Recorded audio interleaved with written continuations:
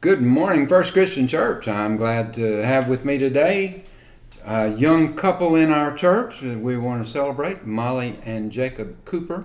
And so I've invited them to come just to sort of give a testimony, tell a little bit about their church experience with our church, and some things like that. And so I'm going to start with Molly. Molly, what was your maiden name? Molly Anderson. And you grew up in this church. I did. Who are your parents? My parents are Greg and Kelly Anderson. And then my grandparents also grew up in the church, Jim and Lucy Kirkpatrick. Oh, Kirkpatrick. Oh, sure, I know. You know, I was very involved with Jim and Lucy when they were here, and one of them died while I was here. I think Lucy died. Jim died while I was here, and then Lucy died after I left. Yes. And I loved them and had wonderful experience with them. They were delightful folks. Yeah, delightful they're folks. the best. I know you miss them, don't you? I do.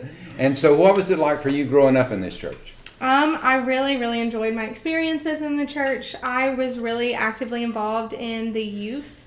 Yeah. In my time, I grew up in the youth groups. You had a good youth group when you were there? I did. And one of my most fondest memories of the youth group were all the mission trips that we took together. We were able to mix having fun and serving others and learning all together. And so tell me where you went on a mission trip. I went to San Antonio several times. We went to St. Louis a couple of times, and then we would just also serve around the area. So was Christy here then? Yes. Christy was Christy was my youth leader. Yeah. Yeah, and I heard that y'all had a lot of good things happen. Yes. That's a great thing. Yeah. Those are some of the best memories. That's great. All right. And Jacob, you are a new member in our church, and so you've probably never been involved in a church before. No, unfortunately, I don't know if that's the right word or not, but my dad's a Methodist minister. Methodist minister. Yeah, so I grew up in church. You went to church. Only like a preacher's kid can grow up in church. Wednesdays, Sundays, Saturdays. There you go. That's the way my kids were too. That's right. Yeah. And so, is your dad still pastoring? He's semi-retired, so he no longer has a full-time church, but he still kind of fills in for people who are ill. Yeah. He likes to get a good sermon in about once a month, keep the gears oiled up. That's kind of like me. I'm just filling in, so we're both in the same thing. So, what was your experience in church? Was it good? It was really good. I grew up in a church very different from the church we're in now. Small country church. We're talking packed out on Easter, 60 people. Yeah. The rest of the time, you're pulling 25 to 30. People on Easter, you see it more maybe at that time. Right. So it was very close knit. I was the preacher's kid, so everyone wanted to love on you when you're the preacher's son, especially when I was cute back then. I don't know what happened. But and we had a decent youth group, and so I had some friends, and I enjoyed it. It was, hindsight, I enjoyed it more maybe now than at that time I thought maybe I was enjoying it less. Yeah. So you look back on it fondly. Yes. Yeah, and so you've kind of been interested in theology and those kind of things. Do you still read in that kind of stuff? Yeah, I took a few religion classes at Center, Yeah. Which that's where Molly and I met. I see. And I was pretty close to getting a minor in religion there, but I just didn't have enough hours left in the day to round it all out. But I had some professors there I really liked, and that really got me. I was already interested in it just because it was all around me growing up, Right. and then being able to form my own perspective on it, and then so it's still something that I like to spend a little free time if I get some to think about. Yeah, I got the impression you kind of dabbled in some heavy theology. You're teaching a pretty heavy theology book right now at Possibilities class. Yeah, we're dabbling in Romans. That's heavy as it gets. That's right. You don't hardly dabble in Romans. You have to dive in. Yeah, it may be an endeavor in futility. We have not discovered yet, I don't think. Well, I'm glad that you found that place of leadership. And so, how long have y'all been married? Going on 2 years, about a year and a half. 2 years, and you met at Center. We did, and I got dragged in to this church through handbells actually. Oh, it's all right. Yeah. So I hear y'all are you both musical? Yeah. I attempt to be. He is much more musical. Oh, yes. Larry has convinced me to play handbells on occasion, Yeah. but he's the musical talent. So, what's your music background? I was in a band, the marching band, all through high school. I see.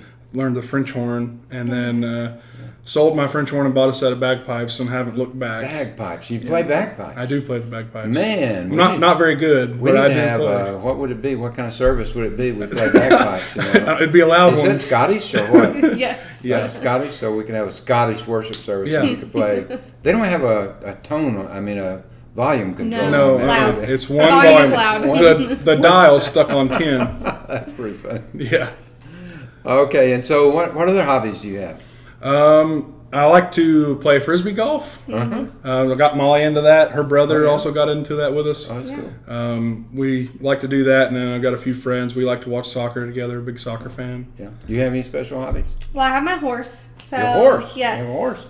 So I ride horses when I am not teaching and doing all the other things. What kind of horse is it? Jumping horse? Trotting Yes, horse? she Jumping is. Yes, I'm an eventer, so I jump out in the field, in the ring, and then do a little dressage too. Oh, so you have the fancy hat and the costumes? Yes, and- yes. oh, I love that. I mean, I took my granddaughter to one of those Mm-hmm. in Lexington a couple of years ago, and it was just so impressive. Yeah, it's really fun. I love it. That sounds great. I Yeah. need to film you doing your horse riding. That'd be fun. Come on out anytime. There's videos out there. And so, Jacob, you have been asked to be on the search committee for a new pastor. Yes. So we got older members on there. We've got men, we've got women, and we had to have a new young member, and you are the one that got drafted for it. Yeah.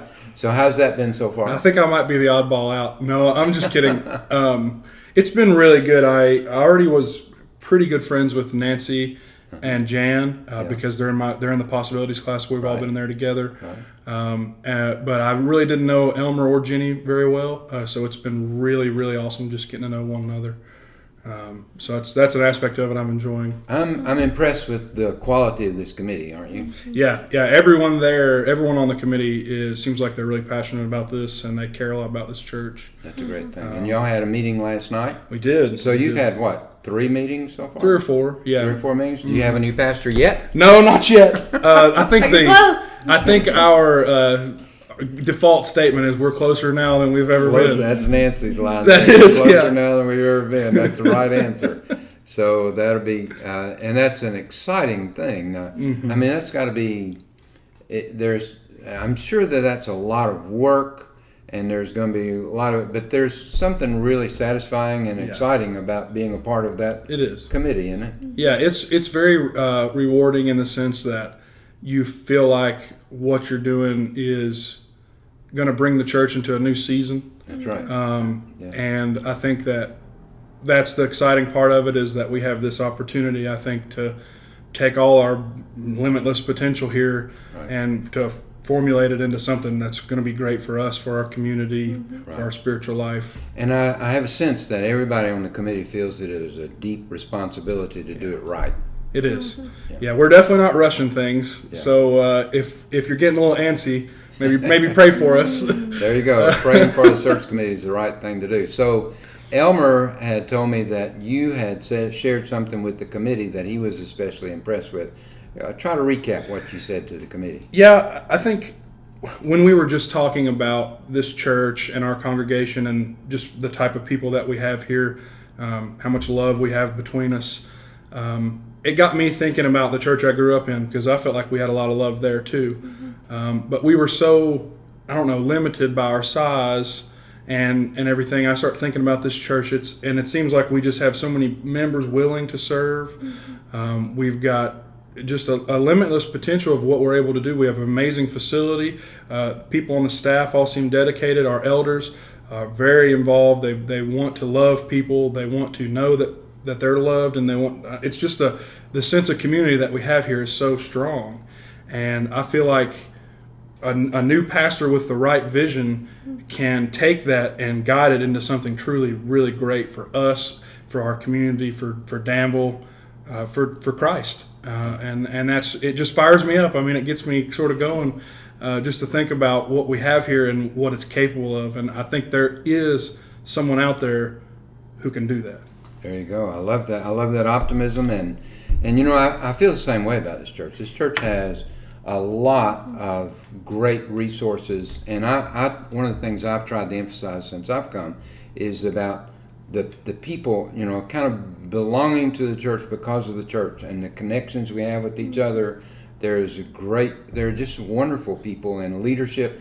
That's the thing that impresses me. The people in leadership are capable people and dedicated, and you don't have problem people in charge of committees and things, and so it's a wonderful thing. We've got financial resources, we've got, as you said, a beautiful building, and it's a great opportunity for somebody to step in, and every church has certain problems or areas where they could grow, and we got some areas we need to reach more young couples like you, and and more children and youth. A lot of churches struggle with those issues, but it's a great opportunity, and I'm convinced getting the right person here is going to just open a new door, a good new door for this church.